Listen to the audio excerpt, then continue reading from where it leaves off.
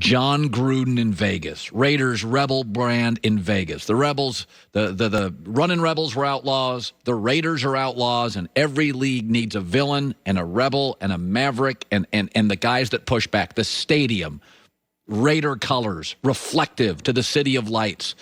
I don't think I've ever seen a first game in a city that felt more right. I wanted to go to Vegas. I wanted to hop on a jet and go to Vegas. I started lighting up cigars and drinking cocktails. It felt perfect. Vegas is lights, action, and juice. And the Raiders' offense and Derek Carr slinging it and Gruden talking felt absolutely right. Everything worked. The Raiders are actually a very good brand. They've been down, though, for a long time. I said this years ago about the Warriors. The Bay Area was always a great NBA town. It just were bad for 15, 20 years. Like some cities in this country are struggling to keep up. They can't get legislation passed. They can't get a new stadium. They have funding issues. It happens. I lived in a city called Hartford. It was dying. They couldn't keep their NHL franchise. It's not up to the NHL to help cities get their economies right. But Vegas is sun. It's no state tax. It's entertainment. It's a food and entertainment mecca. And the NFL is #1 entertainment ticket on 5 different American networks. It's the only TV show in America that's #1 on 5 different networks. Vegas and the Raiders is right. And not all these expansions are. We all know the Chargers felt more like San Diego than Los Angeles. Maybe they always will.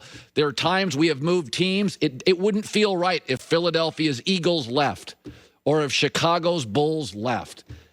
But this is the perfect move. This divorce works. This is it. That stadium looks like the Raiders. That city feels like the Raiders. And, by the way, one of the things I like about Las Vegas having an NFL team, because I always fought for this. I didn't think baseball would work there. I'm surprised hockey's worked there. I never was for NBA. Too many games, not a big corporate headquarter. But the NFL is 8 Sundays. And ask yourself, the NFL is a fall and winter league. It gets really cold in most of America by November 15th. If you live in Kansas City, you live in Denver, you look at the Raiders' schedule, Philadelphia, Pittsburgh, Baltimore, many of the great teams, most of them in this league are in bad weather.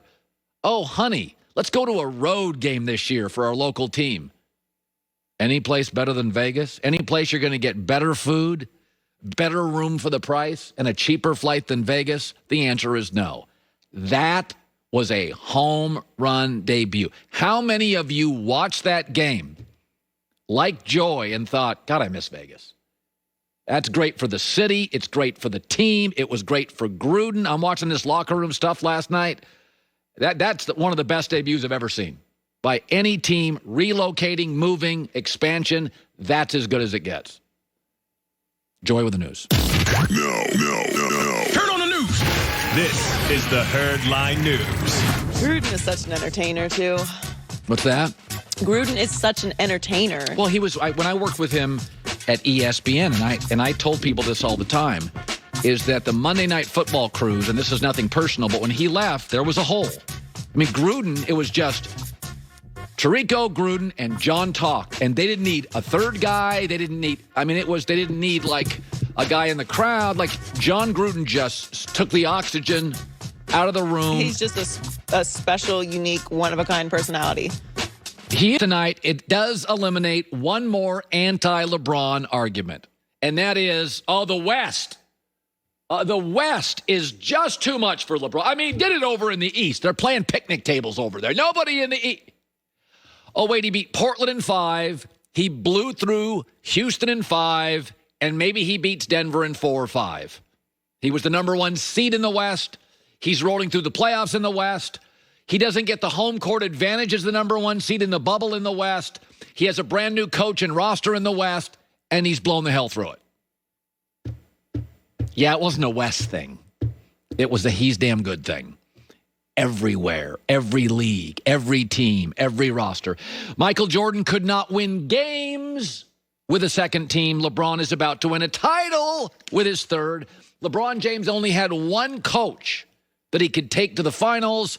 LeBron is about, if he wins tonight, to get his 5th head coach to the finals. But you keep clinging to 1989.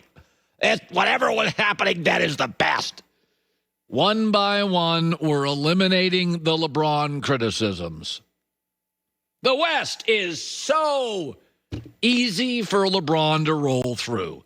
He doesn't even get home court advantage. Michael got to go home to the stadium.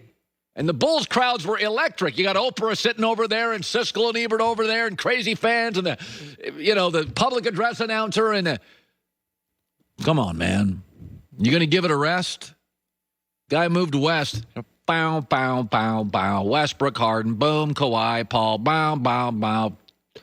Knocked all the chess pieces off the table. There's the king. King's left.